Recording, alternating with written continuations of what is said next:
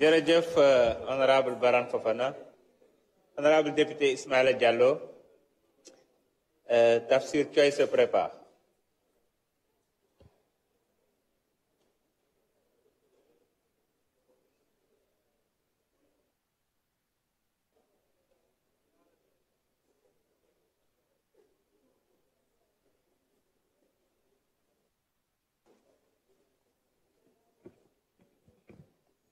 Bonsoir à tout le monde, Monsieur le Président de l'Assemblée nationale, Monsieur le ministre du Travail en relation avec les institutions, Monsieur Abbas Fall, honorable député, chers collègues.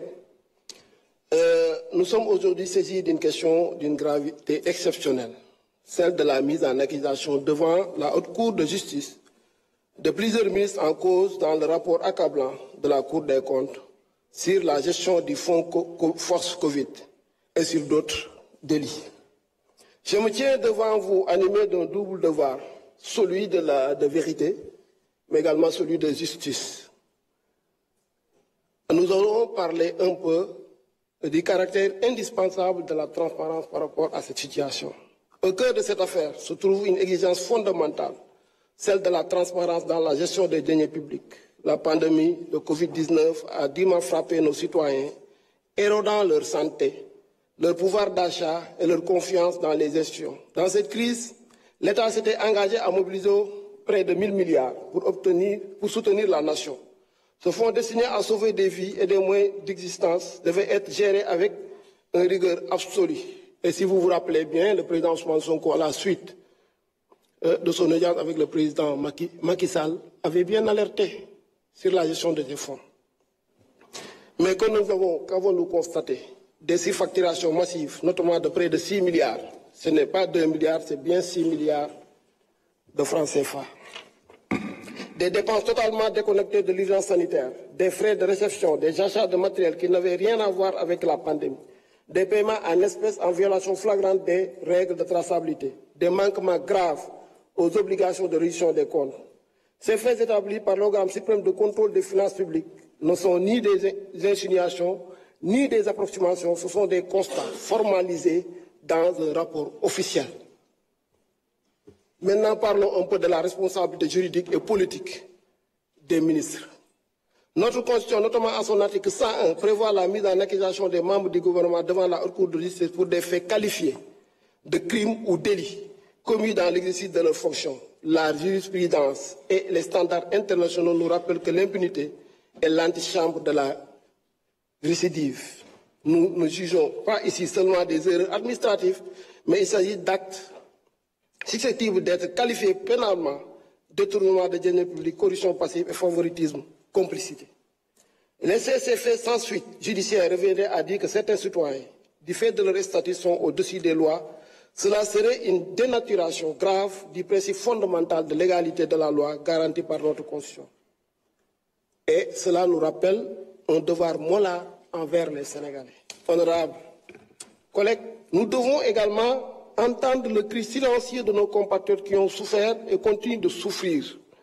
Des familles entières plongées dans la précarité attendaient ce soutien vital pendant la crise. Chaque franc détourné ou gaspillé est une trahison de cette confiance. En mettant en accusation ces ministres, nous ne cherchons ni la vengeance, ni la politisation de la justice. Nous défendons la probité. Nous restaurons la dignité des institutions. Nous affirmons notre engagement à construire un Sénégal nouveau où la réduction des comptes n'est plus une option mais une obligation. Un signal fort. Et le président Bassirou Diomaye l'avait rappelé tout récemment en disant que, à qui veut l'entendre, nous devons être irréprochables. Si nous sommes pris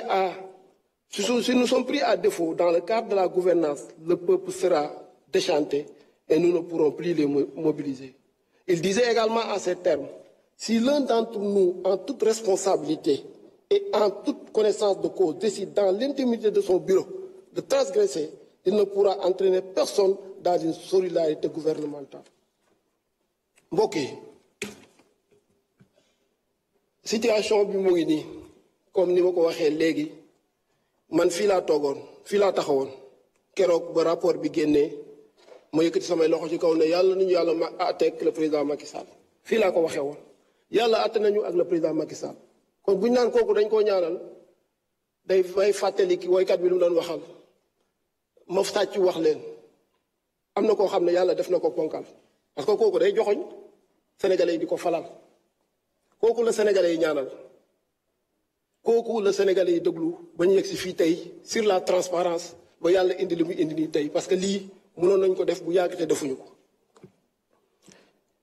am na ñuy fàttali la situation man may mën a busoo dama lay dollil cas contact yi da nga koo fàtte ak cas importé yi dolli ko ci liste bi nga xam ne da nga ko ci war a dolli nous avons été toujours constantes ici au niveau de l'Assemblée nationale kooku il faudra que nit ñi mun ko rappeler bu baax a baax a baax sànq maa ngi gis muy ingratiner sama benn collègue député naan ko kaay fàttali ñu moom ñaata résolution la bind lors de la 14e législature ngeen sànni ko ci tiroir yi alors que y avait une possibilité ngeen ñëw ngeen génne ko ngeen def ni ñuy def ñun mooy résolution bu ñu indi fii au niveau de l'Assemblée nationale ñu mun ko teg sur la table ñu xool ko pour njëriñu askan bi donc il a toujours porté les revendications de la population sénégalaise ici à l'Assemblée nationale ci loo yoon boobu laa ko gis muy def ba léegi waxuma la sax biir Sénégal fii mais à travers l'Afrique kooku nag ku ko gisul dangaa nekk koo xam ne dafa am lu nekk sa xol ba tey gis naa ne nag da ngeen a bañ a dem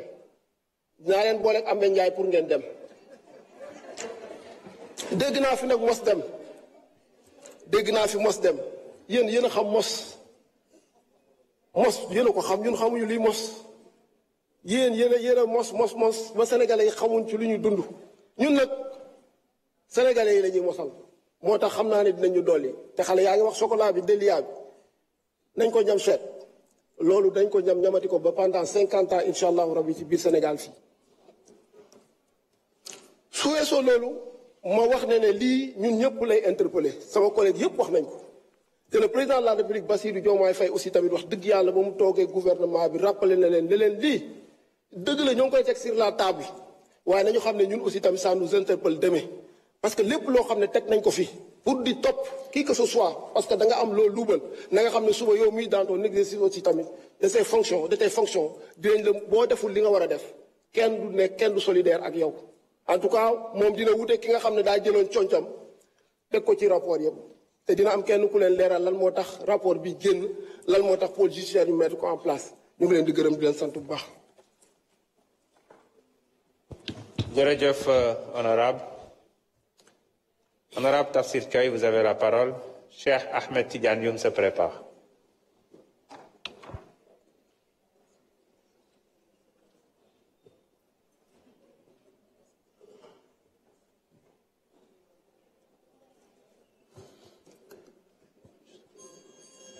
Je vous remercie, Monsieur le Président. Monsieur le Président, Monsieur le Ministre, très chers collègues, Mesdames, Messieurs. Monsieur le Président, damay sant sunu borom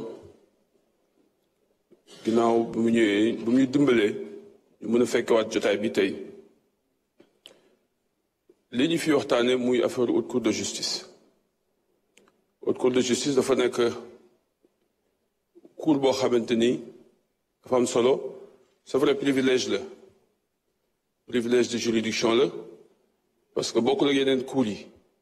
cour bi dañ fiy juger ñi nga xam ne dañ leen dénkoon ay responsabilités gouvernementales muy président de la République wala nga nekkoon membre du gouvernement loolu ay responsabilités politiques la ay décisions politiques ñoo fay génn contexte dafay lal décision environnement dafay lal décision essence bi ngay nekk pour jël décision yi kële ku nekkul wala ku ko mësul def mën na ko bañ a xam c'est pas pour rien qu'on a pris les députés pour que ñu nekk ci haute cour boobu pour juger ñi nga xamante ni dañu doon jël ay décisions sur la base des orientations et de l'argent que les députés leur donnaient.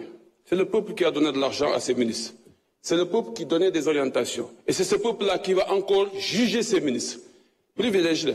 Parce que ñi leen di diriger ñi leen di juger dañu leen fal muy ay députés.